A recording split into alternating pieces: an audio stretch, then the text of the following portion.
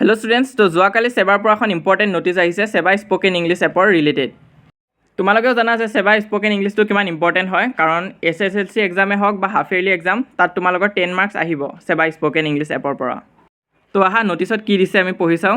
তো ইয়াত চোৱা, it is for the information of all concerned head of the institute affiliated under board of secondary education Assam SEBA that in regards to spoken English, 2 central tests will be conducted by SEBA for both class 9 and class 10.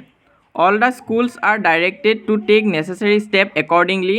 The schedule of the tests are as follows. তো ইয়াত কি কৈছে যে সেবাৰ পৰা দুটাকৈ exam পতা হ'ব class 9 আৰু ক্লাছ 10ৰ কাৰণে। তো ইয়াত চোৱা ক্লাছ 10ৰ ডেটখিনি চোৱা, চেণ্ট্ৰেল টেষ্ট ফৰ ক্লাছ 10। তো চেণ্ট্ৰেল টেষ্ট 1 হ'ব তোমালোকৰ 5 আগষ্টৰ পৰা 9 আগষ্টৰ ভিতৰত। তো ইয়াৰ ভিতৰতে তোমালোকৰ স্কুলত টেষ্ট পাতিব। তো কেতিয়া পাতে ঠিক নাই, কিন্তু 5 তাৰিখ আৰু 9 তাৰিখৰ ভিতৰতে পাতিব আগষ্টৰ। তাৰপিছত বিটো চোৱা, চেণ্ট্ৰেল টেষ্ট 2 আৰু 2 নম্বৰ চেণ্ট্ৰেল টেষ্টটো হ'ব তোমালোকৰ 3 ডিচেম্বৰৰ পৰা 7 ডিচেম্বৰৰ ভিতৰত 2024।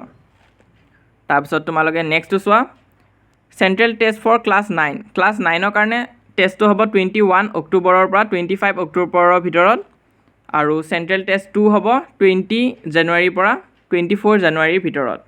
তো ক্লাছ 10ৰ বহুতে হয়তো সেবা স্পোকেন ইংলিছ এপ ইউজ কৰি আছা, বা বহুতে হয়তো কাটিও দিলা, কিন্তু তোমালোকে 5 তাৰিখৰ আগত ডাউনলোড কৰিবৰ কাৰণে ট্ৰাই কৰিবা, তোমালোকৰ টেষ্ট হ'ব। আৰু ক্লাছ 9ৰ বহুত ষ্টুডেণ্টেতো গমো নাপায় সেবা স্পোকেন ইংলিছ এপটো কি। তো তাত তোমালোকে এটা গেমৰ নিচিনা লেভেলবিলাক কমপ্লিট কৰিব লাগে, আৰু লাষ্টত তোমালোকৰ টেষ্টটো পাতে তাত, আৰু তাত পোৱা নাম্বাৰখিনিয়ে তোমালোকৰ ফাইনেল পৰীক্ষাত এড হ'ব। তাৰপিছত নেক্সট পেৰাগ্ৰাফটো চোৱা, further it is to be noted that the student of class 9 will be able to use the SEBA spoken app from 11 July 2024। তো যিসকল ক্লাছ 9ৰ ষ্টুডেণ্ট হয় সিহঁতে কেতিয়াৰ পৰা এই এপটো ইউজ কৰিব পাৰিব, 11 জুলাইৰ পৰা। তো তেতিয়া তোমালোকে ইউজ কৰিব পাৰিবা। তোমালোকক টিচাৰ্ছে দি দিব তোমালোকৰ ৰেজিষ্ট্ৰেশ্যন ID আৰু পাছৱৰ্ড, সেয়া দি তোমালোকে লগ ইন কৰিব পাৰিবা। আৰু ক্লাছ 10ৰ যিসকল ষ্টুডেণ্টে পাছৱৰ্ড পাহৰি গৈছা বা ৰেজিষ্ট্ৰেশ্যন ID মনত নাই, তোমালোকে নিজৰ ক্লাছ টিচাৰক খবৰ কৰিবা। তো সিহঁতে তোমালোকক ৰেজিষ্ট্ৰেশ্যন ID আৰু পাছৱৰ্ড দি দিব, আৰু তোমালোকে তেতিয়া লগ ইন কৰিব পাৰিবা। তো এক্সামটো কেতিয়া হ'ব, আগষ্টত হ'ব তোমালোকৰ 5 তাৰিখৰ পৰা 9 তাৰিখৰ ভিতৰত, আৰু ক্লাছ 9ৰ কাৰণে হ'ব 21 অক্টোবৰৰ পৰা 25 অক্টোবৰৰ কাৰণে।